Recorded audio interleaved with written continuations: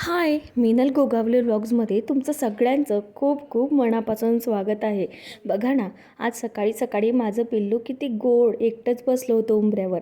मग मलाच कसं तरी वाटलं म्हणून मी तिच्याकडे गेले, तर तिचंच नाटकं चालू झाले. तरीही तिचं लक्ष नव्हतंच माझ्याकडे. बाहेर ना छान असा पाऊस आणि ऊन दोन्हीही एका वेळेचं चालू होतं आणि बाहेर जाऊन बघितलं तर खूप छान वातावरण झालं होतं. वारा तर खूप येत होता. माझं कालवण करायचं होतं शेवग्याचं आणि आमच्याकडे ना हे शेवग्याचं कालवण प्रत्येकाला आवडतं. तुमच्याकडे पण शेवग्याचं कालवण आवडतं का? मला नक्की कमेंटमध्ये सांगा बरं का. कमेंट करायला विसरू नका हां. त्यानंतर ना मला लक्षातच नाही पावसाच्या नाद्यात ओट्यावरचा जो घाण कचरा होता, बटाटा, लसूण आणि कांदे सोलायचं ते सगळं मी एका पिशवीत भरलं आणि माझं कालवण करायला लागले. एकीकडे माझं कालवण झालं आणि दुसरीकडे मी भाताचं कुकर लावला.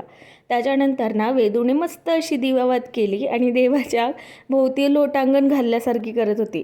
मग शेतात जाता जाता मला हा भेटला आणि इथे आईबाबांचं खुरपायचं काम चालू होतं. शेतात गेल्यावर वातावरण एवढं भारी असतं ना की तिथून घरी यायची खरंच इच्छा होत नाही. आमचा घेवडा खूप छान आला आहे आता बरं का. आणि वाटाणा एकीकडे लावला आहे. आजचा हा व्लॉग इथेच संपवते. भेटू पुढच्या व्लॉगमध्ये. चला बाय.